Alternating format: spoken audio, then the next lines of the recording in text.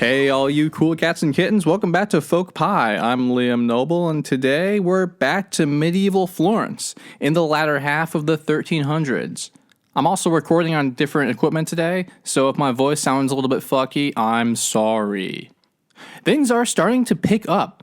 Today we're talking about something a little special to my heart, mostly because I sank so much time into researching these guys and wrapping my head around exactly what they were. Oh yeah, we're diving headfirst into the guild system of Florence.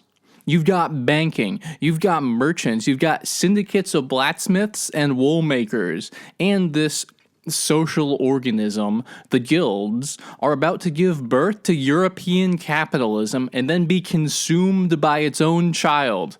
Compelling?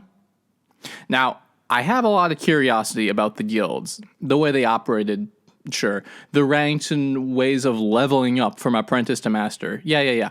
How the medieval guilds were integrated in the municipalities and were the gut of the social fabric. Yes, okay, you got me.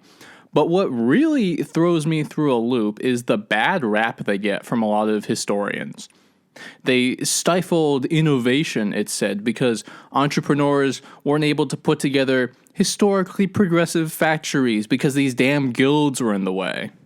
Here's a Encyclopedia Britannica quote that really illustrates my irritation with how guilds are perceived. Quote, "Guilds helped build up the economic organization that Europe needed to make the transition from feudalism to embryonic capitalism. The guilds' exclusivity, conservatism, monopolistic practices, and selective entrance policies began to erode their economic utility. Masters set ridiculously high standards for apprentices to become journeymen, and journeymen to become masters. The guilds worked exclusively for their own interests and sought to monopolize trade in their own locality. They were frequently hostile to technological innovations that threatened their members' interests, and they sometimes sought to extinguish commercial activities that they were not able to bring in under their own control." End quote. Okay, well that is looking at the guilds through a very specific lens, which takes for granted the progressive nature of the modern liberal economy, and perhaps betrays the stain of modernity. What if we were to choose a different lens through which to view these things, the guilds, the arti? What if we appreciate them for what they were? Look fairly and squarely at the benefits, its organically self-regulating economic nature, development of the primordial economy, something articulate and real, a functioning and vibrant economy that exists outside the context of capitalism. That's fascinating, and that's the story I want to tell. It's this rather free, autonomous economy unburdened by either real exploitation by a state structure or parasitical capitalism. And if you want to know where capitalism was born, it's here, within the Arte de Cambia, the Money Changers Guild. And that cannot take off without the thriving and alive guild syndicate economy as a host, a nurturing mother that eventually it would grow out of its control, turn around, and encage the free laboring guilds it was born from, enslaving them, breaking them, and scattering their members into factories, those places of centralized production, glorious by their efficiency, a real social technology, a social rubric. I began, I think, in episode 1 by comparing them to the trade unions of our time, but that isn't a perfect comparison. The trade unions were the associate groups formed by humans in duress, forced like mules into the industrial factory system. It was a self-defense mechanism. No, the guilds are voluntary associations among alike craftsmen to establish a collective monopoly. Okay, it's the first time I've ever used the word collective monopoly, but it kind of hits the nail on the head. I'm going to keep rolling with that. Okay, without further ado, let's get into it.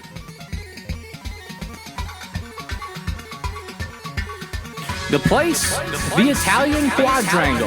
The time, the up-and-coming 1370s. The White Company and John Hawkwood. Just like last time, we're going to start out with a character on the periphery of Florence, whose fate would intertwine with the cities. And this guy is really useful to us because he's not affiliated with the guilds, like not at all. But it's not so dissimilar in its own way. It's September 1356. In an English army camp, there's a man sitting there on the split log in front of the fire, laughing uproariously with his companions. It's clear he's a soldier. He's heavy set with shoulders like a bull, quiet, intelligent, cruel eyes. His mop of chestnut hair is wild looking. He wears a huge satchel that holds his gear and the tunic stained from weeks of heavy wear out in the fields. He's bossing around the two subordinates with him.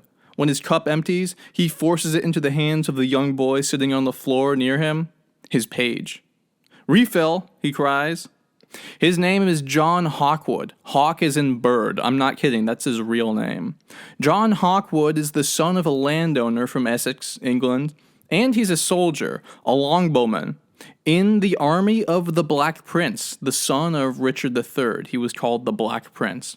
Sick moniker. They were an English army fighting in France, against France, and the event that's about to play out will be an inflection point in the 100-Year War, ending the first phase. And it's about to change John Hawkwood's life as well. In the morning, blinking against the light, hungover and wobbling, the soldiers grab their equipment and start breaking down the camp. They're on the move. The army of the Black Prince, a multinational army of English, Anglos, Normans, and the Gascons, the region in the southwest of France, all together as one. Our story begins with some symmetry where the last one ended, the Battle of Poitiers. Remember, big man Duke Walter of Brienne? He dies here, big time. The French are handed a devastating, war-ending defeat by the armies of the Black Prince. John II, King of France, is captured as a prisoner of war. Peace is declared immediately, and then a more formal treaty emerges, ceding all of the Gascons to the English as a subservient region. All of the armies of the Black Prince, all the armies of England, Gascon, and Normandy, the thousands upon thousands of soldiers in the pay of England are demobilized. The pay cuts off. But John Hawkwood emerged as a talented leader. He knew how to fight well, and he understood tactics, and had a keen sense for how to win a battle. What else is he going to do if not be a soldier? Return home? Boring. It's 1360. And the veterans are milling about aimlessly in France, all these unemployed warriors. The English, the Germans, the Gascons, the French decide to form an independent company, a free company, a mercenary company. It was called the White Company, after the white tunics these soldiers wore, and it's about to be infamous. John Hawkwood was elected by his fellow veterans as the White Company commander. So long as he could guarantee pay and steady leadership, he was in charge. How was he going to keep the pay coming in exactly? Well, the White Company lived by extortion, marching around, threatening to raise towns if they weren't paid off. And there are a lot of them, too. 3,500 cavalry and 2,000 men in 1361, which is a lot for the time. Their weapon of the day was the giant lance, and the soldiers were organized around these huge, heavy weapons. They worked them in teams of 3. The man-at-arms who handled the lance, this huge spear, would need to be strong. No kidding. And the man at his side was a squire who handled and maintained the shield and armor as a sort of auxiliary to the main weapon. And a page, a servant, usually 7 to 14 years old, after which they could move up to become the squire. So the man-at-arms, squire, and page team was the small unit on the battlefield, and they formed contingents led by a corporal, which was subcontracted or elected. On top of that was the administrative staff and treasurer, notaries, and chancellors to manage the contractual aspects of the free company. You have these crazy battles of 2 armies meeting in the field, but the armies were running with children, ordered about to do the small tasks as needed, so the big guys could focus on fighting. Women moved in these traveling armies as well. The mothers of the pages, keeping care of their child. Wives who attended their warrior husbands, doing washing and cleaning of wounds, repairing injuries with herbal remedies. Prostitutes, too, making their living. And, of course, adventurous women who went just for the sport of it. The medieval armies were an interesting spectacle. I would call these armies a rather democratic structure, for like roving bands of warriors. It's not an imposed thing, it's a common goal arrangement. They're after the money, kind of like pirates in that way. So why are we talking about mercenaries in our guilds episode? Where are all the blacksmiths I promised? Well, these mercenary armies are like the guilds of warriors. They're the soldiers' guild, and they did not stay put waiting to be hired out by someone. They ran around the countryside, turning their skill into money. They had the confidence in their capacity for violence, and who was going to stop them, except for maybe other hired mercenaries? And then what? You're just going to be bored and unpaid also. The cycle continues. These mercenaries, called Condottieri, played a huge role in this period, in warfare, sure. Their name, Condottieri, comes from the Italian word for contract, as they were hired to do the job. But they played a big role in peacetime also, terrifyingly, scaring people and laying waste to anyone who didn't pay them off as they strolled through. They are basically land pirates, and they lived by brigandage, by plundering. But also, during lulls or when they needed money, they would become highwaymen, establishing illegitimate tolls on roads and robbing people who refused to pay them. Mercenaries, knights, highway robbers are really one and the same thing. Unemployed or bored knights who weren't being paid by a lord would just go out and rob peasants in the field. This is something I had to learn. I always thought that, you kind of need some of these soldiers to hang around so you stay safe. No, these soldiers are the bullies. They are the robbers on the road. We talked last episode about the Kelen Company, who savaged Walter's father. Well, those guys were like the same deal, adventuring, traveling mercenaries. So the White Company hang around Champagne, France for a bit, where they formed, then rolled for Burgundy, then moved within 25 miles of Avignon, where the Pope was living in summer Rome. I think I said this before, but there's a huge span of time where the Pope shacks up in his premier French territory, his Rome away from Rome. And you know who's got money and would make a great target? The Pope. So they threatened to sack Avignon, and the terrified papacy hands over 100,000 florins to John Hawkwood and his free company, Cha-ching. Then they seize the nearby town of I gotta look up how to say that. Pont-Saint-Esprit, a commune on the river Rhône, and really took it over. The French kingdom could not extract taxes from the commune, so completely had the White Company set up shop, and they usurped the authority of the central government of the king, which was really important at the time that they didn't do this, because they were trying to raise funds to ransom the king back from England, who was a prisoner of war still. This, combined with fury over the threatened sacking of Avignon, results in red card, Pope excommunicates the White Company. But it doesn't last long, though. Actually, the Pope has a better idea. He would forgive them, good Catholics forgive after all, in exchange for them fighting on the Pope's behalf in Italy, mostly. The Pope had a lot of enemies at the time. It was agreed, and now the Pope had a baller team of total psychos rampaging around the country, destabilizing those papal rivals. Essentially, he just suggested that they go over the Alps, pointing them in the direction of North Italy, because hey, look how much wealth those Italians have. Much better than broken, war-ravaged France, don't you think? So our White Company ends up contracted out by Montferrat to go wage war against the city of Savoy, and totally kicks the hell out of them. The White Company has proved itself in battle. They're gonna know your name, kid.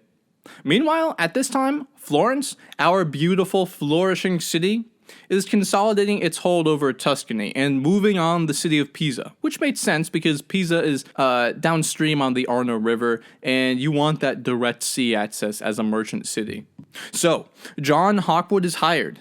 contracted by Pisa to defend against the aggression and expansion of Florence. He marches his White Company down through Italy and encamps outside the city with its famous Leaning Tower, which at the time of this story was not yet totally completed. They'd begun building it like 200 years before this and would finish it in like the next decade. And yes, it was already leaning by this time. But first, they had more pressing problems. The army of Florence approached over the hills. Which army? Well, not Florence's citizens. This was another Condottieri army, contracted by Florence to press Pisa into submission. Hawkwood is a skilled commander, and using dirty military tricks like deception and ambush, after a short clash, the opposing Condottieri run away, and the soldiers of the White Company give chase. But with the Florence hired army on the run, the White Company giving chase ends up looting the beautiful Mugello Valley and the town commune of Pistoia. The real prize here is not the glory of battlefield victory, which seems like a risky inconvenience, but rather the unprotected towns as they plundered deeper into wealthy Tuscany. The White Company presses on towards Florence. Oh, you can just taste the wealth of florins coming their way. Imagine how much you could demand extorting a city like Florence. But Florence hasn't survived this whole time for no reason. They were loaded rich, wealthy, avaricious, and the priory of bankers, merchants, and high art guilds arranged for a dazzling expenditure to put down this ridiculous White Company raider of Anglos and Gascons and whatever Italian friends they had picked up along the way, all those who had just frustrated them in Pisa. Galeotto Malatesta organized the defenses of the city. He's a famed Condottieri commander. 4,000 mounted knights and 11,000 infantrymen were hired to deal with this pesky Hawkwood, and they took to the road to head the White Company off. But, you know, it's Italy, and we don't have to do everything today, right? Mañana. Oop, that's Spanish. I mean, domani. It was a scorching hot day, and the warrior company hired by Florence stripped off their armor to bathe in the Arno River. Gonna take a dip. Galeotto Malatesta was famous, but elderly, and had a fever, I guess, and succumbed to an afternoon nap in the sun. In the middle of the day, the 15,000-strong Italian mercenary army was basking and tanning in the hot weather, no fortifications set. Pisan spies reported this scene to Hawkwood, who, being outnumbered 3-1, must have been like, bruh, and decided this was the best chance he was going to get, and launched an attack. Now, from a military tactics point of view, it seems obvious that Hawkwood would just destroy the sleepy Italian mercenaries, and he kind of deserves to win this for that reason. I can't imagine how much money the Florentines were paying for this Condottieri army to advance towards the enemy, then fall asleep on the riverbank. But no, it did not go that way. The brutal heat which had put the Italians to sleep also exhausted the German, French, and English fighters, who in their heavy war garments overheated. Now, Sleepy Boy Malatesta had delegated 2 mercenary officers to protect the camp while he dozed, and they arranged some Genoan archers to watch the road from Pisa. And they spotted, soon, the encumbered, panting White Company soldiers trudging towards them from, like, so far away. And they raised an alarm, firing into the White Company from a safe but still very lethal distance. The Florentine camp sprang to life, grabbed their weapons, and entered the fray. Hawkwood ordered the English horse-riding knights, the sort of medieval mobile infantry, to drive straight into the center of the Florentine camp. And they did, charging into them and wreaking havoc. And Pisa's own soldiers, who came with them, charged in also. But Malatesta's own knights ran around the White Company, and the Florentines had hired so many that they could just envelop anything the White Company could throw at them. And those knights reached the company's tender supply lines from Pisa in the rear. while the Genoan crossbows continued to pick off people from nearby ruined buildings like little snipers. Through a superior move, the Florentines totally encircled the portion of the army that had rode straight into the camp, which was like a sizable number, and cut them off. John Hawkwood wisened up to the situation and ordered the White Company to retreat! For God's sake, run! Leaving the Pisan foot soldiers totally abandoned in the field of battle, becoming victims of a brutal reprisal by the Condottieri. The road to Pisa was wide open, but Malatesta decided to pass up the opportunity and reconsolidate his army. And besides, we'll do it Donati. I want to take a nap. The White Company retreated to a nearby abbey and licked their wounds, many of them just dying. Pisa, which was downstream of the river, learned of this stunning defeat by the sudden appearance of dead Pisan soldiers floating down the Arno River, their city sons passing goodbye as they went out to sea. Analytically, this is kind of curious because generally surprise attacks go really well, but they couldn't pull it off, and this one was a remarkable failure, so it goes. Famously, this battle, Cascina, is the subject of a painting by Michelangelo, which depicted a group of naked men leaping out of the Arno River where they had been bathing, hearing the trumpet warning of a surprise attack and throwing on their armor. Now, the Pisans weren't paying them anymore because they failed, and the White Company, needing money to retain their large body of troops, because mercenaries, starts the Great Raid of Tuscany, marauding the army all around the Italian hills, going from town to town, city to city, demanding, give us all your money you have or we're going to burn your shit to the ground. And they weren't lying either, they're pissed. Do it, he's crazy, he'll do it. It's just like the old days in France. The Florentines just go ahead and pay off John Hawkwood with like 130,000 florins, actually outbidding the Pope. Cheaper to just pay him off than pay an army to fight him. And that's a lot of moolah.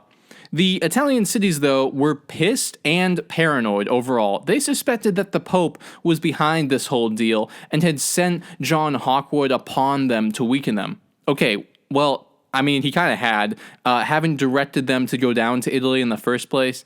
In any case, the cities, Florence and Milan, form a defensive agreement against the Pope. And other cities join it, and it becomes a full-blown war confederation of Siena, Pisa, Lucca, Arezzo, and the Queen of Naples. Whatever this Pope's intentions had been, and be fair, they weren't innocent, even though his name is innocent. It was the raiding and extortion of Hawkwood's White Company over Tuscany that had set off a whole new conflict. This would be the War of the Eight Saints, the Italians versus the Pope from Avignon, France. And the Pope ordered the White Company into its contract to clean up some mild rebellions in the rear so they could go fight, and to personally escort the Pope. But Hawkwood is a mean double dealer. Sorry, Pope, Hawkwood only has one god, hard specie. Instead of working for the Pope, he uses this trust to take control of some of the Pope's castles and loot them.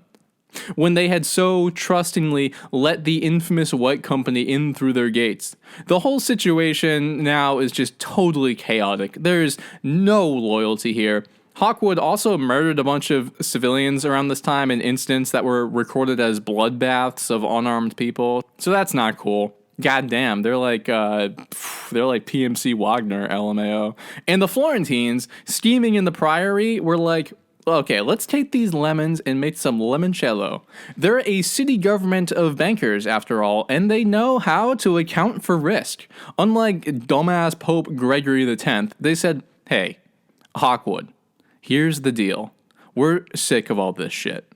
You fight for us, we'll pay you, we'll forgive all of your betrayals, and we'll give you a pension for when you're an old man and can't fight no more, and we'll give you Florentine citizenship. Doesn't that sound lovely?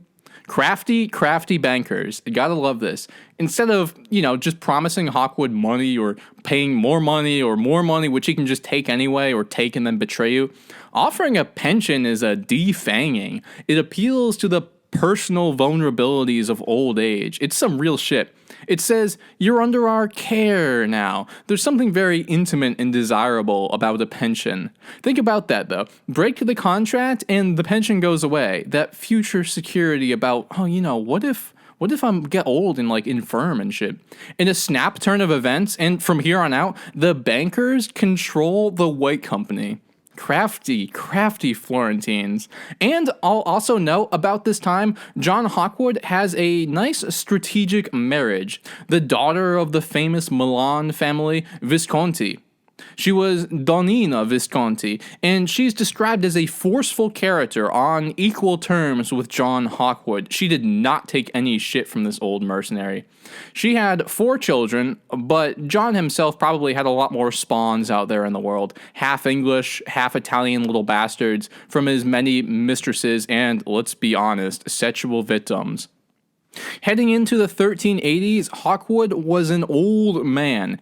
He owned properties from his family in England that were handed down to him, but he lived in Tuscany, being known by his Italianized name, Giovanni Acuto, meaning literally John the Sharp. And he is settled down with his nice Florentine-provided pension, although they would never let him in the city. That was forbidden.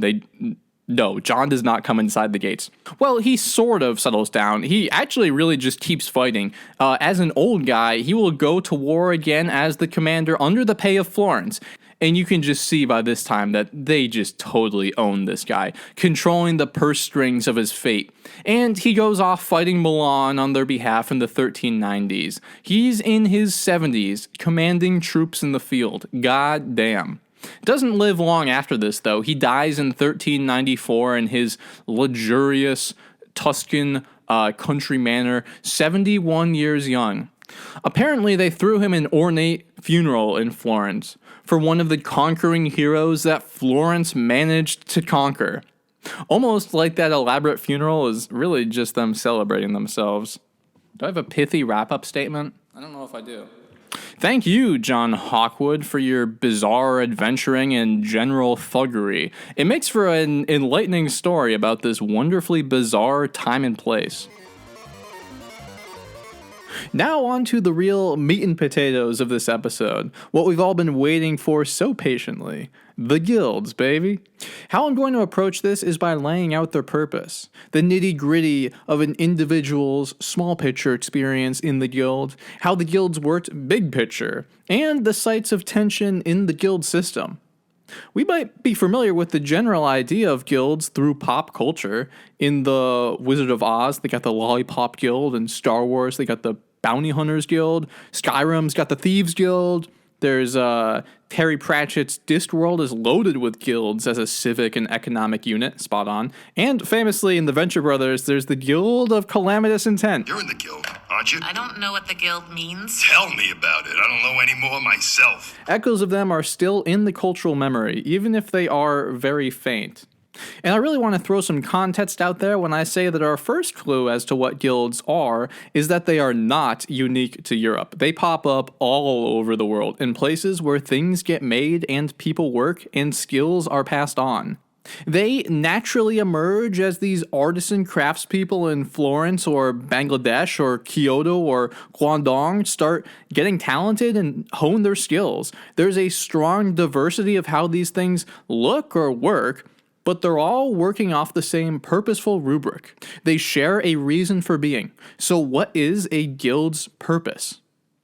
In the purest, most relevant sense of it, it's an occupational association, a club for people of alike skills, whether it be woodworking or stone cutting or accounting or paralegal necessities, as a foundational base to develop off of, a home base of stability from which to flourish. These guilds are formed for goals of mutual aid and benefit to make sure all your brothers and sisters of the art have steady employment and full bellies, and for protecting professional interest as a collective. It's the benefit of cooperation rather than self-interest. So historically, guilds can be read as a social development of economic cooperation. Cool. So guilds are a natural product of artisans and craftspeople working together with a common goal. Look out for each other, keep prices stable, and protect the skill as an art. Wherever the economy starts developing into specializations, we might view specializations or divisions of labor as an evolution into more and more niche branches as these local economies flourish and artisans pursue their craft into fine arts. This specialization is a playfulness and an experimental aspect to the economy. Picture it like a tree whose limbs and twigs go in many different directions as it gets stronger and more advanced as a whole. Here's a scenario to really tease this idea of a guild out. You, the listener, have an interest in glass blowing and you're pretty good at it. You live in a town, well, I live in Vermont, so I'm picturing a Vermont town. And there's a couple other glass blowers in the area. A lot of glass needs to be made. People are always dropping their cups and shattering them, and kids are knocking baseballs through windows, so there's a dependable demand. You know the other glass blowers. Some of them like to make window panes, others are skilled making decorative plates, still others make elaborate and curious smoking implements. So you and the other glass blowers sit down to talk. The purpose is we need to preserve our skill, make sure it can be passed down for the next generation, and make sure we can live comfortably when we're too decrepit to blow glass anymore. And you would want to make sure glass doesn't get too cheap either. If there's too much on the market in town, then the time we put into making the glass is worth notably less. So protections for your craft are important, which means going to the town assembly, the political system, and saying, we want a new law. You can only make glass in town if you're part of our glass making guild. Boom, approved. Now only those in the collective glass guild can make glass, and merchants at this town's market can only sell glass bought from the glassmakers guild. So that's economic security right there. And you can see why they call it a monopoly, but it's open for all the craftspeople, so it's not really a monopoly. That's why I call it a collective monopoly. It's kind of like an interesting distinction. You make a set number of glass pieces, enough to keep everyone prosperous and stable, not more than that, or your gain will be at your fellow glassmakers' expense. No bueno. There's a balance to be worked towards. Your wealth will only increase with the total wealth of the economy at large around you. This is economics, baby. And the hierarchy or structural distinctions of guilds is super familiar to modern people still. Electricians and other trades will know these terms intimately. The apprentice comes into it fresh-faced and bushy-tailed, ready to learn, instructed by the master who runs their specific shop and teaches their method. You'd live probably with the master's family, totally immersed in learning the skill. Apprentices don't really get paid. You'd be paid in experience, but the family would still take care of you, so it's not like you'd have any expenses anyway. Better off than today's interns, really. They would take care of food, lodging, all that jazz. Then, when an apprentice has been in tutelage for a few years, they earn the right to be called journeymen and strike off on their own. Not with their own independent practice, but find their own guildmaster's workshop to join, to do their own work. Shop around and find a guy you like who seems nice, who you can work for, who will leave you alone to take your own jobs, hone your own craft, and who, give you good advice and stuff. Notice you can't just go totally laissez-faire and independent. No, there are obligations here. You really have to give up that total freedom for the return of security and comfort. I think a lot of liberal people would balk at this, but here you're part of something bigger than yourself. To have form and structure like a guild means having some limitations. Then, once you've been a journeyman for so many years, you have the opportunity to become a master, which is not something everyone does. It's for the truly competent and artistic of the craft. Those who really understand the skill, how to work the raw or semi-finished material into a thing of dazzling beauty, demonstrating a nearly esoteric understanding of your craft, you would produce a masterpiece. And we toss the word masterpiece around today, but in the guild, it means something. It's a demonstration of technical proficiency on a real level. Upon presenting that successful masterpiece, you are recognized by the guild as a master of the art, with a full right to really strike out on your own and begin your own workshop and take on apprentices of your own. The masters would meet in council with the other workshop masters of the guild in their area.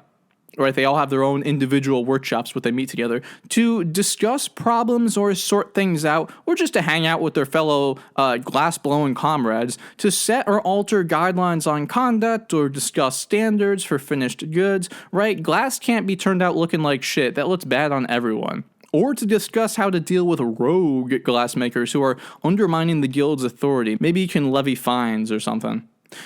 The workshops are federated into a larger guild structure, and this is the real gel of the system. You have a justice system specifically for the guilds, and adjudicating guild law, keeping all disputes in-house. No need to bring the civil law into our affairs. There's a lot of autonomy here. What's more is that the workshops are held in stewardship by the guild itself as an organization, so rent for these shops is low if it exists at all, and the guild is a social core. They run events, have their own symbols and ceremonies. All of the families or dependents of the masters are supported by these things. The guilds have civic responsibilities and privileges, so they're just totally threaded into the community at large. The guilds also own, build, and maintain housing for their members, and famously guild halls, social spaces, essentially for, like communal dining and special occasions. And I gotta ask myself, am I idealizing these things? I don't know. I'm really just going off the sources. They seem pretty cool to me. Kind of wish we had guilds now. I feel like people would be a lot better off, less precarious. Plus, like a bartender's guild, that'd be cool as hell. The existence of guilds and their real function kind of subvert the origin myths of capitalism and turn that whole ideology inside out. And for that, I do appreciate the guilds. And when I say guild, that is the English word for them, for what this development is called in England. For the other European languages, they were in French, the corps de métier, in German, the Zunfte, in Spanish, the gremios, and in Italian, arti, the arts. Now into the historiography. The guilds had also been really big in ancient Rome, and I should mention, well before that. And the Byzantium that survived Rome was well known for its plethora of collegia, or guilds. Thing was, they kind of faded out for a long while in Western Europe after the disintegration of the Roman Empire, and the material complexity of the world had, collapsed. It had become an ideological civilization oriented around the dominant Christianity, so there wasn't really much of a place for the guilds in this world yet. Not to say that they didn't exist in small pockets or for short times. I'm sure they did in some form, but they weren't articulate or big enough to leave much behind in the way of sources. But after the year 900, Islam is starting to pick up steam. Traveling merchants are recovering. Long-distance trade was being reformed. Movements of goods and raw materials was picking back up. This is when the first hard evidence of guild formation can really be pinpointed in Europe. It's part of a larger system developing. And their golden age, their strongest flourishing, was between 1100 and 1600. After that, well, we'll get to that. Okay, so these guilds were official within their cities or towns, and they had a monopoly on their particular skill. If you were a carpenter, you were in the carpenter's guild. Nobody's out carving and making chairs for customers if you weren't part of the guild. It just wasn't done yet. It just wouldn't make any sense. Not only were there huge drawbacks being on your own with no safety or support, but also there were rules against it. The guilds are the political system. The guildsmen are the leading citizens of the city of Florence. The signoria priory of the free city of Florence was the guild system. We know that in Florence, as the guilds became more wealthy and more prominent, the power they could bring to bear started to displace the networks of old aristocrats and feudal families. And the guilds basically came to govern the city. The city councilors, the priors, were drawn directly from this guild system. This happened all over Europe, but generally they weren't as successful as in Florence. In Spain, in Valencia, there was a huge blow-up war between the gremios, who wanted political autonomy, and the general power of the nobility and their Castilian state based on the king, who wanted monopoly and for the artisan workers to shut up and work. Detecting a pattern here, at this period of prosperity, the urban centers are really starting to pick up steam. Their economic cycles are growing in power and ambition, and they're demanding rights away from the old lordly ones of the castles. In Germany, this exploded into the Zumthor Revolution, open political strife, and this is basically the same thing as is happening in Florence, dig? Women were not excluded from the guilds totally, but they were politically dominated by men, because, medieval Catholics, patricentric, all that jazz. Women did work alongside men in the guilds, that's the truth, and there were professions that were exclusively women, like weavers, silk spinners, and other zones within the textile industry and around Europe at large. Right, within the guilds, apprentices begin having very few rights. You've got to prove yourself, but that pales in comparison to the condition of the poor, craftless workers who are basically subjects of the guild, paid irregularly based on circumstance and more or less depending on unsteady employment and the charity of the religious institutions. Not very equal, but within the guilds, it was harmonious to a large extent. The tension that erupted in the coming class conflict, spoiler alert, were between the different guilds, not wars within the hierarchy of journeymen versus masters, but between guilds and disenfranchised laborers, i.e. the Ciompi, or guilds of merchants versus guilds of toolmakers, or what have you. So if we can imagine, the guilds were further broken down into individual workshops, the little stalls or rooms along a street or deep in an alleyway, and they were grouped together. Every guild had their own little part of the city that they collected around. If you today go to an old European city, a street in one of those old town neighborhoods will be named like Glassworkers Street, because that's where the workshops were at. In Barcelona, in the old city, there's the Carrer del Mirers, which means Mirror Road, where the mirrors were sold, a shopkeeper's guild. Speaking of hierarchies, the order of the craft guilds were important. Let's get that straight. In Florence, the division of major arts v. minor arts is a classic reflection of that sweet, sweet division of labor. Are you working with your head or working with your muscle and sweat? For the major arts of Florence, we have judges, lawyers, and notaries. These types were well educated at the legal university at Bologna or similar places. The wool guild, containing the wool merchants, these guys are a really dynamic sort, the merchants, and they're spread across all the different guilds who do all the different things. There's the bankers and money changers guild. Oh lord, these guys are tip-tops. They grew up around handling the money of the merchants, and we'll talk a lot about them in the next episode when we get to the Medici clan. For now, all you have to know is that a lot of Florence's top citizens were bankers. Florence was a banking city, and a wool city, so the wool is important too. Physicians and Pharmacists Guild also included painters who bought their dyes at apothecaries, and shopkeepers who sold spices and medicines. And the Farriers and Skinners Guild, which is mostly the merchants and high-level finished product crafting and dealing in the trade of expensive animal skins, furriers. There's a distinction in Florence of middle arts, if we want to get technical with it. Those would be the butchers, blacksmiths, shoemakers, stonemasons, and woodcarvers, and retail cloth dealers and tailors. Finally, we get to the lowly minor arts. These guys are the majority of the economy, citizen population-wise, but have very few political rights. Some rights, depending on when we're talking about, but they probably weren't sitting in priory office most of the time. These would be the innkeepers, tanners, workers of wine and olive oil, locksmiths and toolmakers, armorers and swordsmiths, bakers and millers and masters of the flower arts, and carpenters.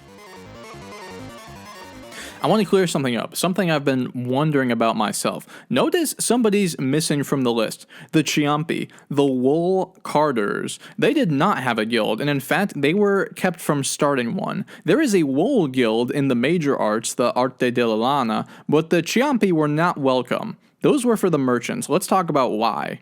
The Wool Guild was really wool merchants and entrepreneurs, and a few others involved in the end stage of the wool manufacturing process. The wool was bought in North Africa, but mostly England, and transported to Florence, where there were around 20 stages of production before it emerged as finished wool cloth. It would first be sorted by quality, then taken to be washed by wool washers, large groups of men and women who rinsed it out in the River Arno, dried off in the shade, degreased of animal oils by submerging it in urine, beaten with sticks to soften the fibers. Next, it would enter the domain of the Ciompi, the wool carders, those radical sort, who straightened the strands into something that could be spun professionally by spinners. The spinners were women working in so-called cottage industry at their homes in the walls of Florence, but often also out in the countryside, towns and villages. They spun the straightened wool into a wire wound around a spool, where it would leave them and be moved on to the next step, the weaving on the loom, where it was turned into wool canvas. Then it was taken to wool workshops, where the pieces were reviewed, boiled in soap, and then beaten and pressed by machinery, driven by the power harnessed by the moving Arno River. No joke, and I too was surprised to learn that channeled water was used to drive camshafts to work machines. It is like 1360, 1370. So we have a little whiff of industrial machinery in our medieval guilds, huh? It would cycle all around those various specialized workshops, entering for a price and leaving at a price, and those who shuffled them around between the workshops were the wool merchants, the real movers and shakers of this wool guild. The rest of this sprawling industrial organism were either poor or lived by wages, totally precarious. Then they would be warehoused, the wool, until they were ready to be passed off to be dyed by the Dyers Guild, who would use either imported or locally occurring materials to dye the hell out of this wool into splendid Technicolor fashions. Then it was taken to shops and sold, stamped with ink and a little notice that read Differenze from Florence, a stamp of authenticity. Okay, can you pick up why the Ciompi were not allowed to have or enter a guild? Because there were a lot of them. There were a ton of people that went into the process of making raw wool into wool fabric. If they had a guild, a collective monopoly on their craft of wool straightening or wool river washing, or God knows what else, they could bargain on maintaining prices according to their needs. Yeah, we'll card your wool for you at a set rate, and also we're not going to be in a race to the bottom wage-wise anymore. Florence was finance, but Florence was also wool trade and wool production. The Renaissance was textiles, and textiles were the Renaissance. Put on your systems theory cap for a moment. The reason for this superstructural finance economy is the real economy of textile production. Everything, this glorious wealthy system, depended on the huge amount of real things being imported by high demand, produced, and exported. To keep wool moving profitably and fast with big fat returns, the Ciompi could never be properly compensated because there were just too many of them. If they were all paid for their work fairly, the textile wool trade wouldn't be worth it to the merchants.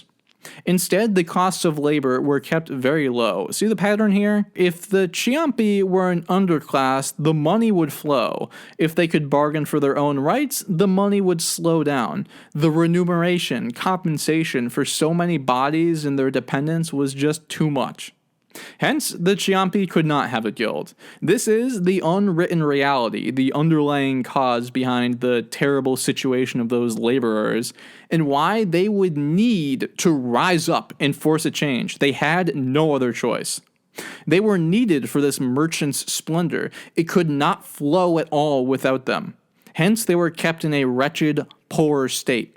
This is a seismic tension. The need of both sides to break the other is leading us towards a huge confrontation. And in 1375, it reached ahead and exploded into the city. Florence was about to taste the blade of total class warfare. But before we get there, let's shed some light on those merchants. We keep mentioning them, after all, as wealthy and very powerful leaders in the city of Florence. The merchants. What the hell is a merchant anyway? In today's 21st century world, a good example would be like the Amazon website. Not the sellers on Amazon, but like the site itself, that thing between producers and sellers, between sellers and buyers.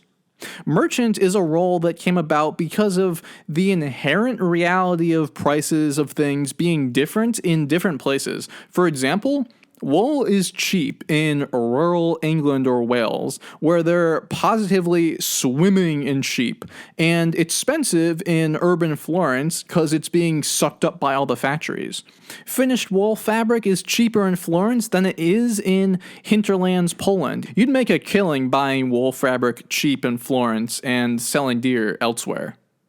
Necessarily, these merchants would be cosmopolitan and worldly because they travel, or at least spend a lot of time in the presence of people who travel. They have contacts and knowledge giving them an intuitive read on the changing prices of items across different areas.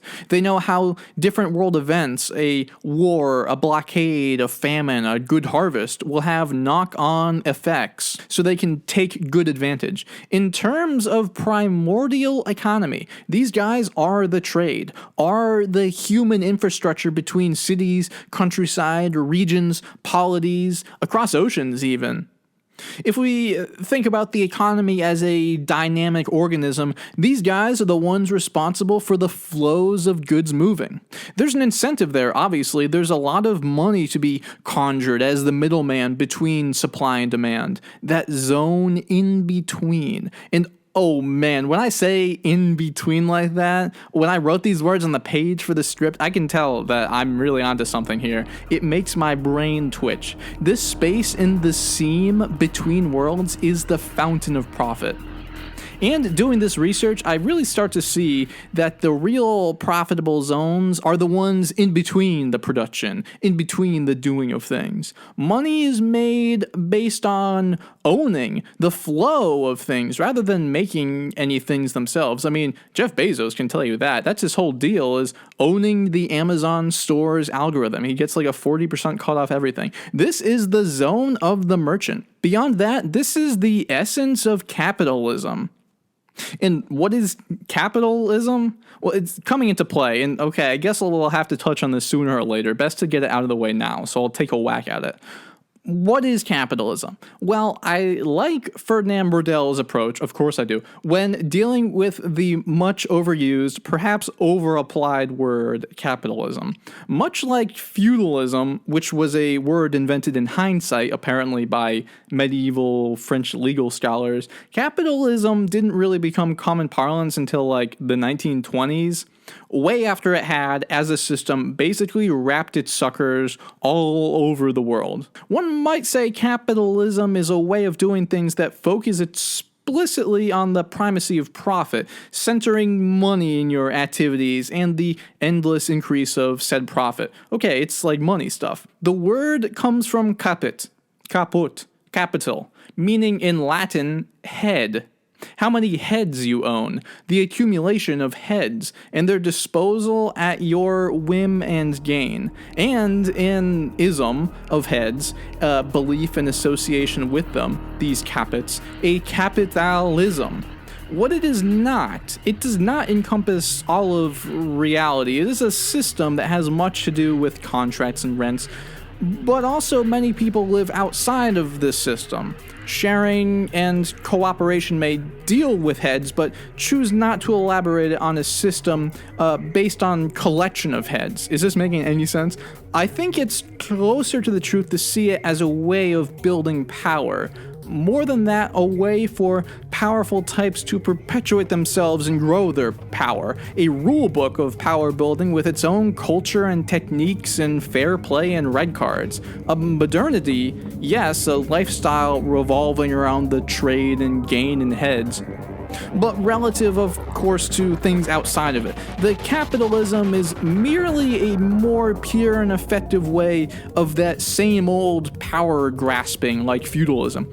It produces an upper class and is produced by an upper class.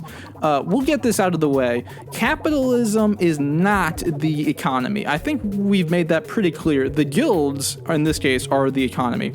And the guilds are not oriented around this capitalism. Rather, capitalism sinks its teeth into the economy, burning hot when it finds that nice cozy place in the liminal zone between economies.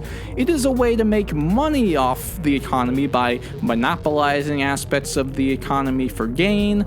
Capitalism is not the business, but instead the loan to the business. It is not the merchant, it is the activities and mentality of the merchant. It is less the loan than the interest on the loan, and the laws, culture, and justice around how that loan and its interest is resolved. So chew on that. I think that's pretty close to the truth, IMO. Okay, more about the merchants.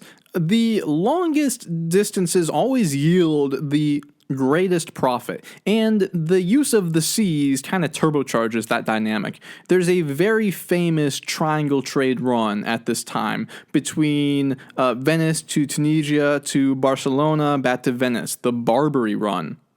Buy cheap silver in Venice that had been pulled out of the earth in German mines and sell it for gold dust, which is cheap in Tunis, and sell that in Barcelona, where gold scrap is expensive because they're minting coinage like crazy, and, gold. Sometimes you could sell the stuff technically, but the buyers didn't have money on hand. Like, the money itself was just too rare. It's not paper after all. There's limited coin in circulation. So these medieval merchants would do business on bills of exchange, which is a legal economic technology, a development they got from the Islamic world. The knowledge probably passing through Egyptian Jewish merchants living in Alexandria. The only thing that mattered was that the promise of payment was there. The motto of the time was, quote, "Time is money. Never leave money lying dead. Sell quickly even at a lower price in order to go on another trip," end quote. Gotta keep this circuit going. Notice the system only works if you've got a friendly government led by other merchants and bankers and moneymen who will enforce your bill of exchange for you. Otherwise, it might just be ordered that the debt be forgiven. No bueno. That's why the Italian quadrangle is so important. That's why everything starts here. The polity is run by the money.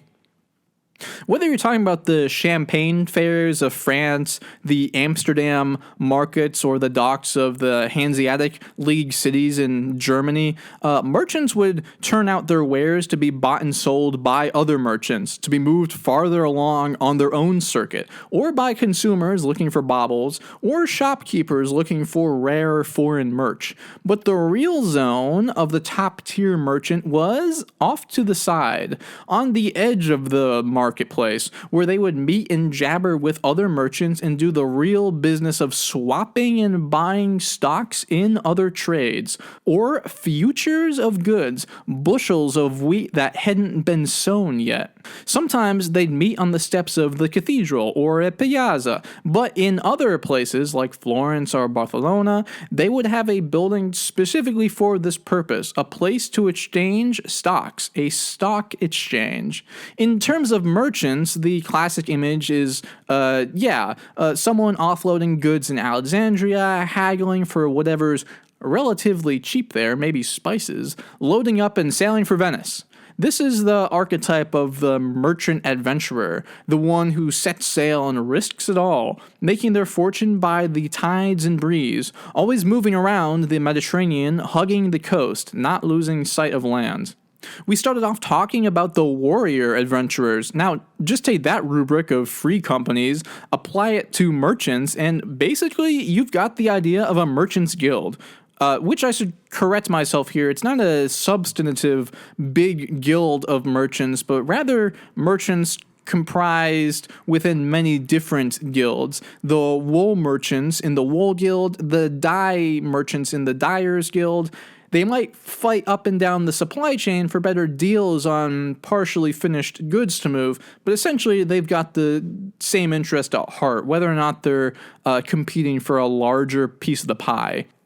Another form of merchant was the more advanced type, those who sponsored the movement of merchants on the sea but didn't leave the port city, instead patiently awaiting their return. They bought shares of active trade vessels and didn't actually make the voyage themselves. They were wealthy enough to buy private storage in warehouses for the goods that were brought to them, dealing almost entirely in the high-level finance aspect of the operation. Again, reaping wealth in that middle zone between the expectant, productive guild and even the seafaring merchant, living in that nowhere zone between the heavy lifting of bales of wool, between the tying of line of ships at dock, between the stained hands of dyers, between the carding of wool, and the Florence flowed like the river Arno.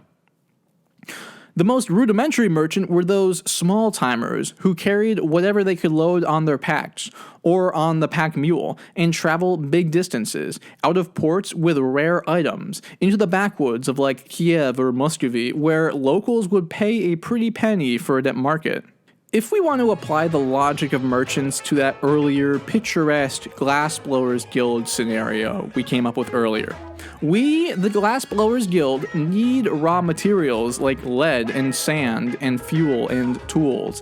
Scavenging for these things ourselves can only get us so far. Plus, we're sorcerers of glass, not money. Fuck that numbers stuff, that's for nerds. When we finish the glass, we're not going to hawk it at the market in the village common ourselves. I suck at haggling, I don't know about you. Not doing that. Glass is in high demand in the city beyond the mountain, because they're building a lot. But bringing it there myself is a waste of time, and I wouldn't even know where to start. Luckily, there are these blokes whose speciality is buying and selling things. They come by and say, hey, that's nice glass you got there. You know, the Radio Electronics Guild is in big need of glass right now. They can't get enough of this stuff. I'll buy these pieces for 10 each. Okay, we protest. 10? It's hardly worth the material it costs to make. I know you can sell it for 20. Okay, the merchant acknowledges this. Yes, but I have to make a living also. I'll buy it for 12. 15 is the going rate, we say. I know you can't get it for cheaper around here. The merchant winces. Damn these craft guilds, he thinks, and their unfair monopolies. But business is business. He buys the glass for 15. So yeah, if you're lucky enough to belong to some guild with a collective monopoly on the art, you're somewhat insulated from the system of the merchants, the money zone, the space in between. Have I gotten off track? No, we're good. So to this end, the merchants raked it in and became very wealthy. This is one cornerstone of Florence's sublime position, but not the whole picture. The systems that would come into being surrounding, absorbing, and making use of this wealth were the bankers, and that's the core's core of central position in Florence. And at this point, I could start talking about the banks and the Catholic religious doctrinal bans on usury or lending with interest, the art of making money out of thin air. But I think we're going to save that thought for our next episode, which is, on the Medici family. So we're going to be coming face to face with the medieval banking system and the realpolitik of the Pope anyway. I'm going to save it for then. I might as well end the merchant section by saying Florence is very important because this is like the first time in history that merchants were the governing structure in a polity. They were free to start developing their own systems of knowledge and culture around money, their own law courts and enforcement of debt contracts. Remember, the bankers collapsed in the 1330s because the sovereign of England was like, fuck my debts, there's no one to enforce that, I'm the fucking king. And the bankers fell apart. And the Florentines don't want that happening again. And this produces, in part, that sort of decentralized economic liberty ideal ethos that Europe would become famous for. The liberty to pursue their own interests to its conclusion, whatever that might be. Antithesis of the guilds, the factory and the letting out system. This is how the guilds began to wither and die as autonomous collectives. It didn't happen overnight. This is a process that unfolded over multiple centuries, but it did unfold, and it was called letting out. And what it meant is that the merchants were gaining power against the guilds and warping the economy around their preferred method of doing things, making money fast, consistently, and without considerations for the needs of the artists. Here's how it worked. Merchants were rich motherfuckers, and a Florentine merchant would put out work. They, the merchant, have access to raw materials, boatloads of them, probably a storehouse of the stuff, and would approach an artisan one-on-one, maybe a spinner or weaver in the countryside, somewhere outside the direct observation of the guilds. And the merchant says, hey, I'll give you raw material to work and part of a wage, and in return you give me back a finished product of whatever skill you do best, and I'll give you the rest of the wage. And this is very different from how guilds operate. This is private business and occurs outside the monopoly of prices that make guild life so secure for everyone. And the spinner artisan here might be getting a great deal, making probably more than they'd make doing guild work, that's for sure, but it undermines that collective monopoly, that solidarity between guild members. The merchant is happy because they can pay less for stuff, which means higher profit after they sell it. And the artisan is happy because they're getting paid more money and pretty consistently. But if this gets any bigger, it's going to start undercutting the whole guild system, whose purpose, I'll remind, was to keep prices stable. Now, this artisan is self-interested, and the prices are changing. There's influence of cheap goods on the market that are really undercutting the artisans, and this is going to kill the guilds in the long term.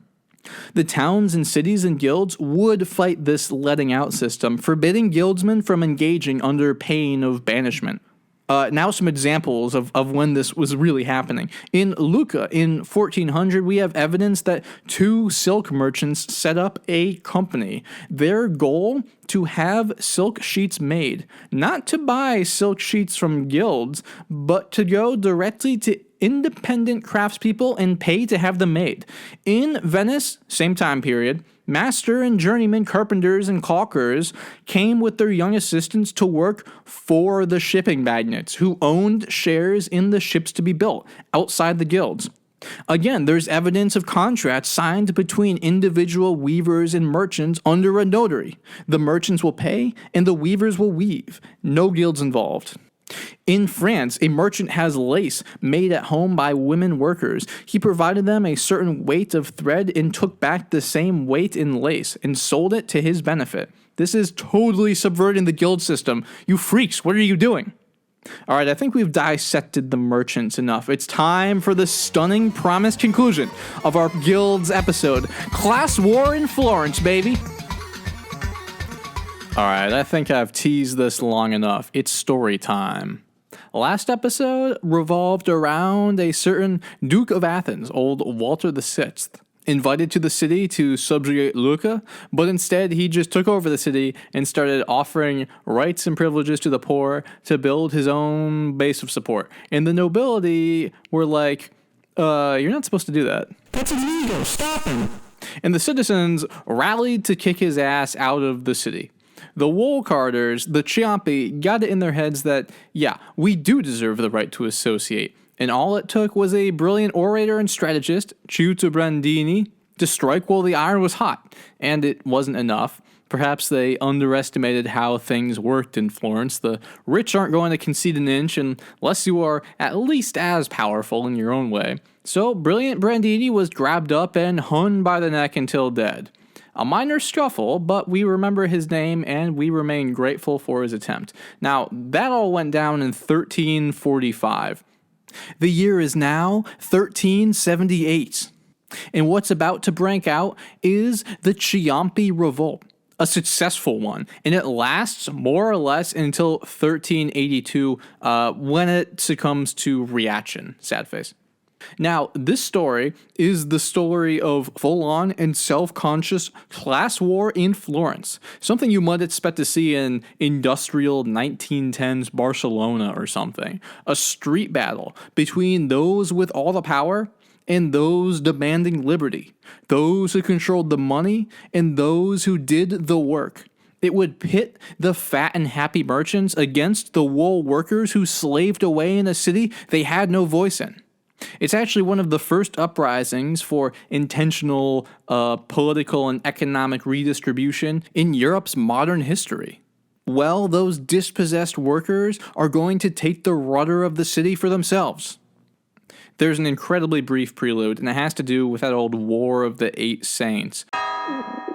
But I won't get into it because it's basically echoes of the last episode, and it's time for the good shit. Florence goes to war, ends up spending too much. Oh no, we're broke. Let's raise taxes on the poor. And the poor are not fans of extra burdens. And the minor guilds were getting restless because not only were they giving up a lot for these oligarchs running the republic, but also the oligarchs don't even seem to be doing a particularly good job. Like, you have the power, but you're fucking it up, you incompetent banking clan. You're discrediting yourselves. What are you doing? And the money warfare also cemented the rich families, who were becoming like small dictators, at least in terms of their word, which they expected to be treated like dictates. And they had, in the long depression since 1330, which is like still going on, taken a lot of money out of the city and bought up rural land in fancy manors and kind of like re-feudalized themselves with tenants and everything. So just as it had been back in episode 1, the guys running the Priory of Florence were aristocrats, uninterested in city liberty for the commune. And there's a new character on the scene of a family we're going to start hearing more about. Welcome everyone, one Salvestro de' Medici. The Medici were up-and-comers, gente nuova, new people, frozen out from the social circles of the big magnates like the Abruzzi, who were top dogs, leaders of the powerful, influential wool guild, who strung the damned Ciompi along. The Medici were like middle dogs. They were bankers affiliated with the Arte del Cambio, the Bankers Guild, and just like the precedent that Walter VI took, Salvestro de' Medici would rally the disenfranchised Ciompi to his family's benefit. Okay, solid plan, sort of. The Ciompi and other guildless laborers compose something like 1/3 of the city's total population. He doesn't really care about their welfare, but he does think that things are boiling to the point that if someone just struck a match, the whole situation would combust, and out of the ashes might arise a powerful new phoenix. Salvestro de' Medici is basically an accelerationist. He had just been elected as Gonfalonier, that critical post, mostly because he was not aligned with the big people, and could be a balance against their supremacy. The priory was already in severe crisis. Florence was struggling under debts it incurred, but none of those old fools wanted to do what it took to fix the situation, because that would undermine their place in power and probably lead to their financial loss. So even the aristocratic old families were like, okay, we do need some sort of opposition to solve these problems. Solving them would be against our own interest, some kind of class treason. Someone else do it, please. We'll hold our noses and wait. So Salvestro, as Gonfalonier, was invited to take the flak and straighten this circus out. And Salvestro's first move was to demand that the old ordinances of justice be reinstated. Remember those? Mostly to the effect of banning the most powerful families from holding office. And they were like, whoa, hold on there, Slick. Don't you think that's going a bit far? I mean, seriously, how do you think that went? They said, no, Gonfalonier, find another solution, pretty please. Instead, Salvestro de' Medici doubled way the hell down and declared, quote, "Wise men of the council, today I wanted to cleanse the city of the wicked tyranny of powerful men, but I am not allowed to do so because my companions and the colleges will not consent to it. And as I am not obeyed in my desire to do good, I consider myself no longer prior, nor gonfalonier. I therefore intend to go to my home. Choose another gonfalonier in my place and do it with God's grace." End quote. The priory erupted. The meeting became chaotic. This whole thing was incredibly public and every citizen knew the score. Another gonfalonier elected and immediately resigning his post. This was a scandal. It was the mother of all scandals. It showed that the government was just totally paralyzed, did not work. This action alone broke the party of aristocrats into bickering and infighting. Some assented and considered it tasteless but necessary for the city's survival. Others were calling it treason, a coup. At this critical moment in the heat of crisis, the aristocratic consensus fractured because the old ordinances had been invoked, and this caused outrageous confusion. Now, outside, waiting, and ready to hear the results of the meeting, were the crowds of Popolo Minuto, the small people, and they became agitated by the turmoil. The elite families were fucking it up again. They simply can't be trusted to do this. What happened next is recorded to us by Alamanno Accioli through the work Chronicle of the Tumult of the Ciompi. He observed, quote, "On Sunday, all the guilds gathered together in their shops, and then each artisan elected representatives for the guilds. On Monday morning, the colleges assembled early in the Signoria, and the representatives also came. All that day they stayed with the priors and their colleges, discussing and framing certain laws, but that day nothing could be decided, for they could not reach agreement. Thus, on Tuesday, the guilds began to arm themselves. The guild banners were unfurled. This action was brought to the attention of the priory. They immediately chose the 96. When the council was summoned and the 96 chosen, an uproar arose in the square, and the people, with the guild banners, shouted, 'Long live the people!' Therefore, the council decided to turn over the general authority of the priors and the colleges to the captains of the party, to the 10 of Liberty, to the 8 of Guard, and to the guild representatives." End quote. What had happened, faced with a mob of lower guilds carrying weapons, waving the banners of their arts, looking for a fight, the big men of the priory consented to a council of 96, representatives from each guild, to give their advice and make their voice heard. It would cool the temperature, but still, even with this, they could accomplish nothing. And those elites remained intractable in their control on the decision-making, and thus the rioting in the street began. Mobs of people ran through the city, setting alight the palace homes of the rich families. This was well targeted, mind you. The mobs only torched the homes of the elites most opposed to Salvestro's plan. The Popolo Minuto looked to each other and saw allies. They looked to the priory and saw their stubborn enemy. They wanted change. They wanted to open up the power. It was a revolution unfolding. The guild workshops acted as units, coordinated, and the rich began to flee the city. The guildsmen went to the commune's prison and released the prisoners, especially the political prisoners, and they began to break away from the control and advice of Salvestro de' Medici. The popolo broke into churches and ransacked them. The social order, last month so concrete, had disintegrated in the rage of the guilds.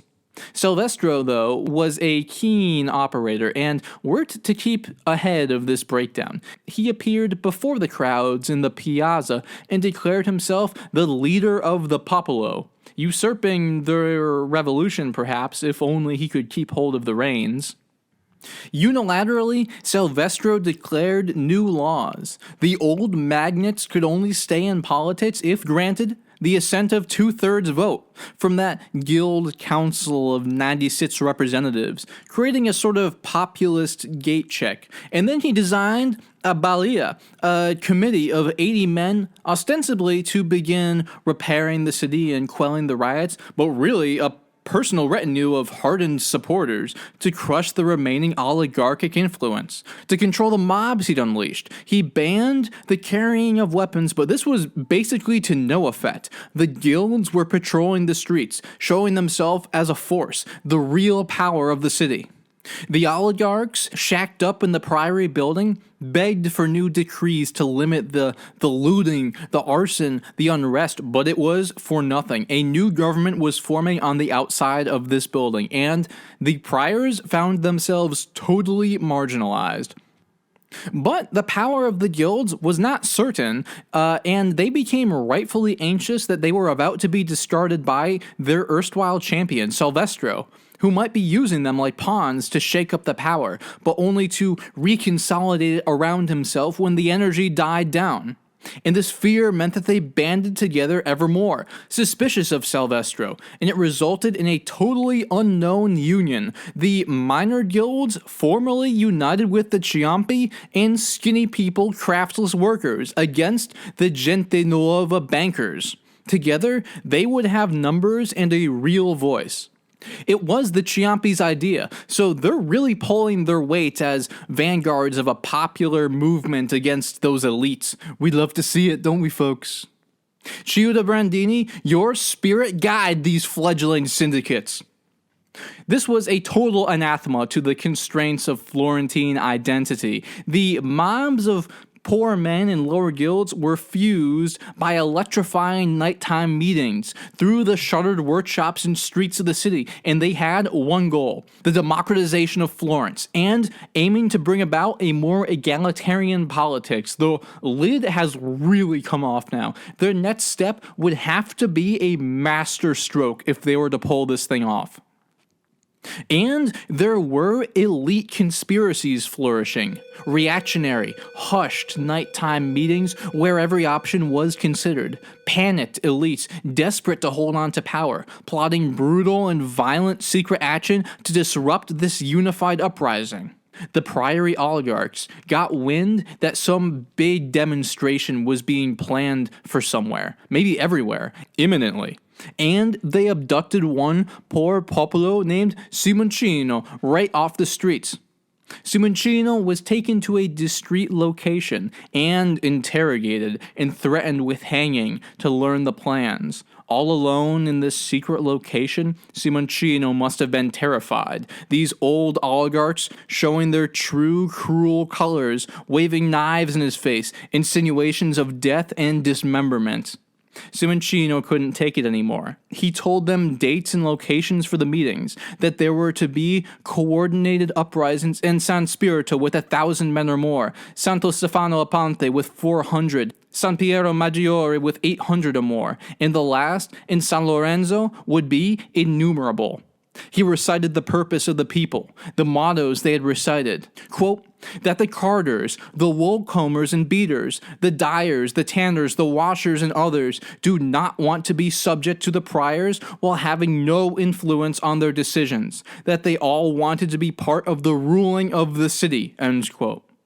But this wasn't good enough for the cold oligarchs. They wanted names. Who are the leaders? At first, Simoncino wouldn't say. String them up, they cried, and subjected Simoncino to the torture of the terrifying strappado, a form of mutilation where the victim's hands are tied behind their back and the victim is suspended by a rope attached to the wrists while weight is added to their body, resulting in the shoulders becoming dislocated. And Simoncino, in his agony, finally gave a name. The leader was Silvestro de' Medici. This shocked the priors. They were absolutely gobsmacked. They summoned Silvestro immediately. Explain yourself.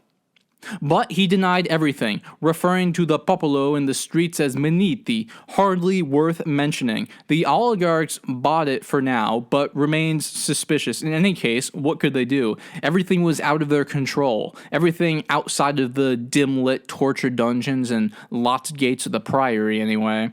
But this real abduction and torture had grave consequences for the outmatched priors, and they were about to break upon the rocks. The oligarchs sent out armed lancers, private retinues, to anticipate the arrival of the demonstration. to ambush them and drive them apart before they could form, terrify the mobs into submission, kill if necessary. But a funny thing happens here, an odd twist of fate, or maybe a brilliant piece of spy work. A lowly clockkeeper of the priory, the one who keeps time in the big clock, overheard the plotting and ran out into the piazza screaming, "To arms! To arms! The priors are bent on slaughter! Arm yourselves, people! If not, you shall all die!" And this right here was the big eruption on the 21st of July, 1378, that exploded everything. Learning of the torture of Simoncino, the Popolo were enraged beyond words. They flooded onto the palazzo outside the priory and drove away the armed lancers, trapping the torturous government inside the building. Just like old Walter VI, there was no more escape. They made demands, released the captives. And when there was hesitation, they sent out eager mobs to burn yet more homes of the beleaguered oligarchs. Terrified, the priors released the captives. Simoncino stumbled onto the piazza and was helped away. The Popolo demanded the police official handed over to them, the one who had done the torturing to Simoncino.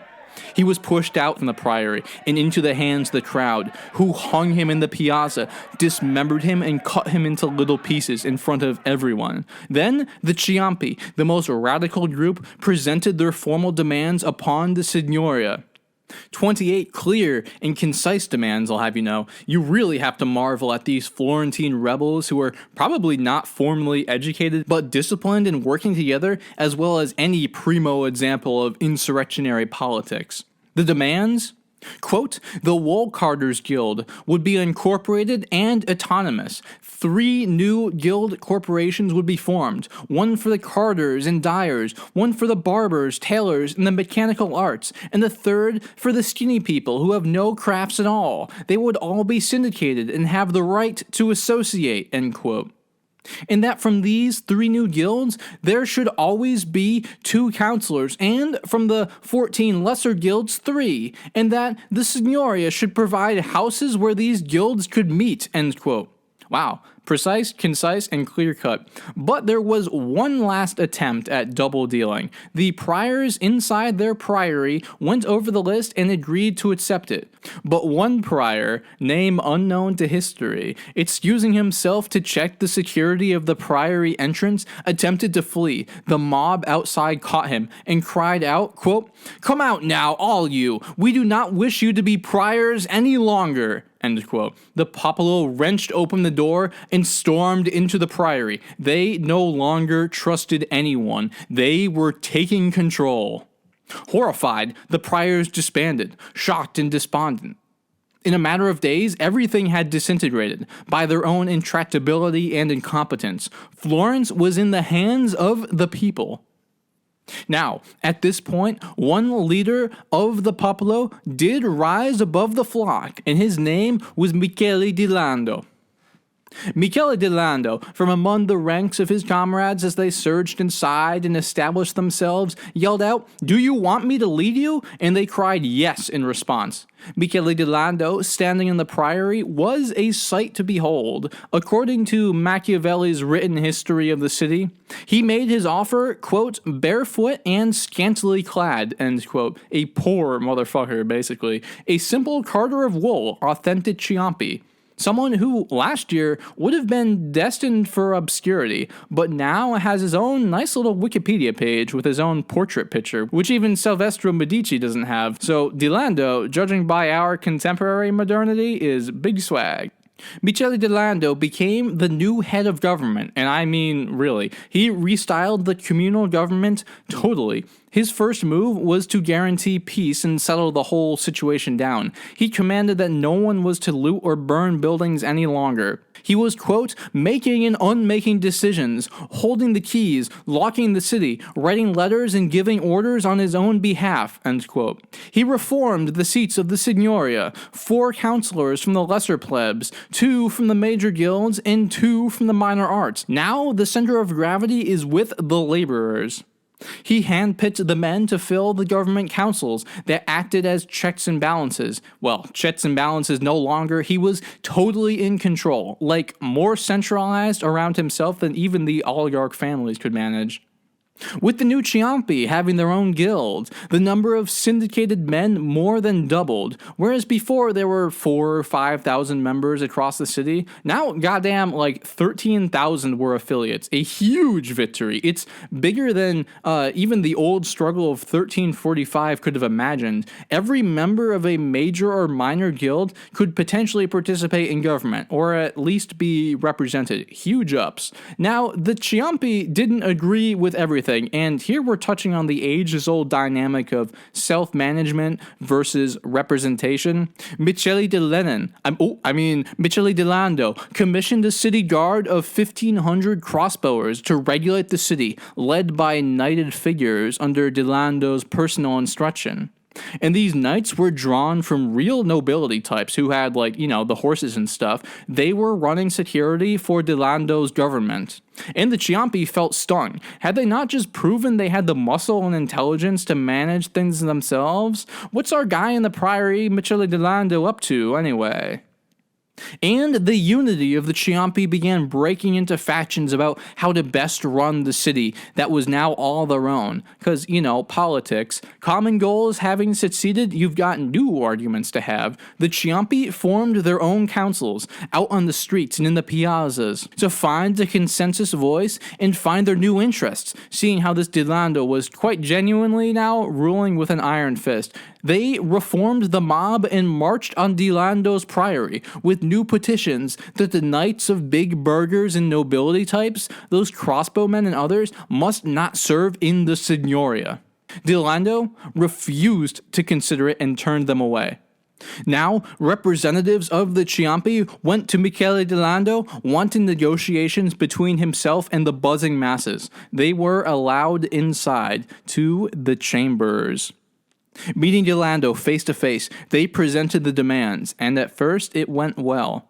But then de Lando calmly excused himself, then reappeared, brandishing a weapon. He rushed back towards the representatives and slashed one across the face, screaming, quote, "Where are they? Traitors!" End quote. De Lando saw that his own Ciompi, so radicalized and demanding of democracy, were a threat to his swag. The representatives, stunned, retreated out of the building. So quickly, Michele de Lando had abandoned his own people and his loyalties. To me, this is incredible.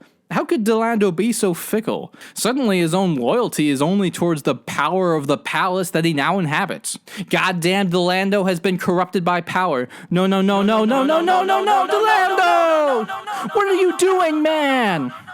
In the minor guilds, like the butchers, for example, were a bit put out by these lesser types, the skinny, craftless people having so much say all of a sudden. Didn't they remember their place?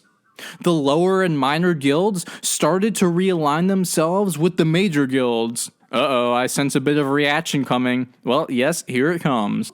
It's the 31st of August. All month the popolo had been gathering outside the priory, holding debates in the piazza, meeting across workshops and guilds to make counsel. On this day, de Lando arrived in the courtyard on horseback and started the chant of all chants. So everyone cupped their ear to hear him, and what they heard was, "Long live the people."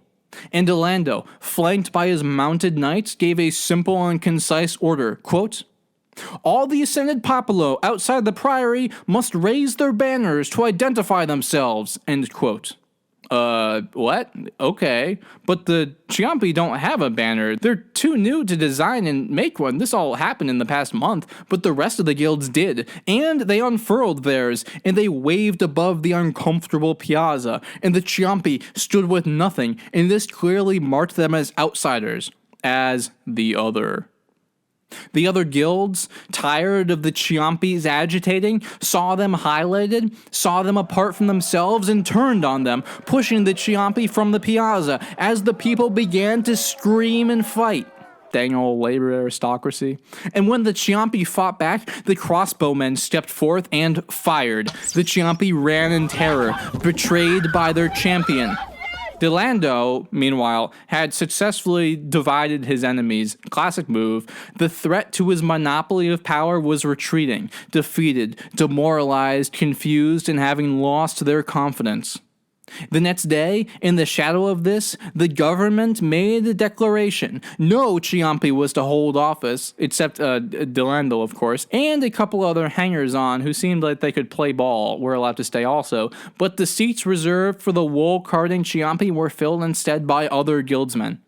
With this sorted, the Signoria officially abolished the Ciompi Guild. Here today, gone tomorrow, huh? The other two guilds, those of the dyers and the guildless, were left untouched for now.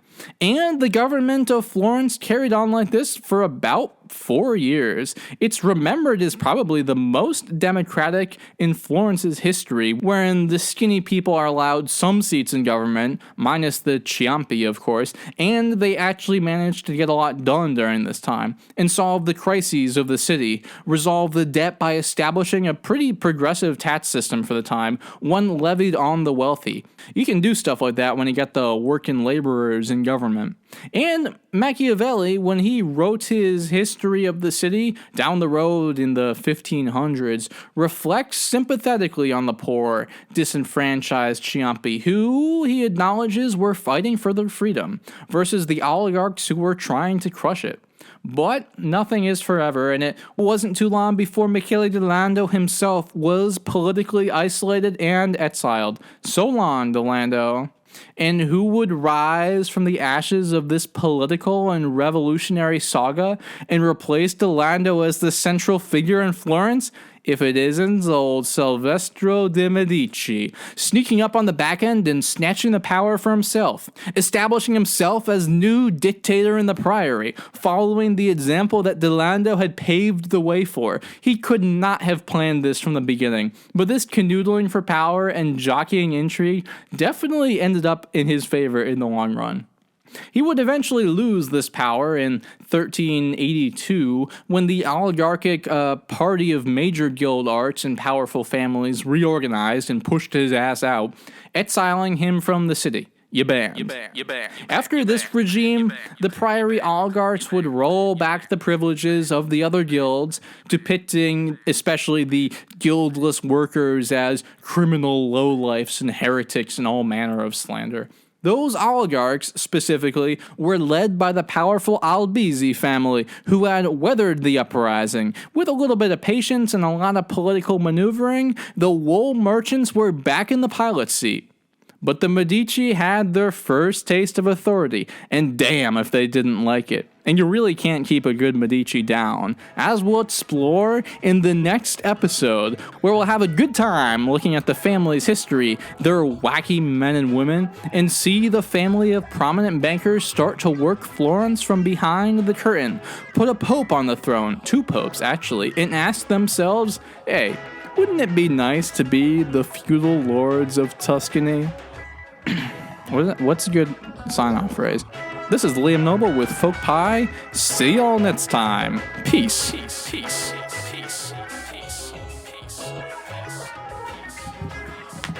Alright, I'm done. Holy fuck.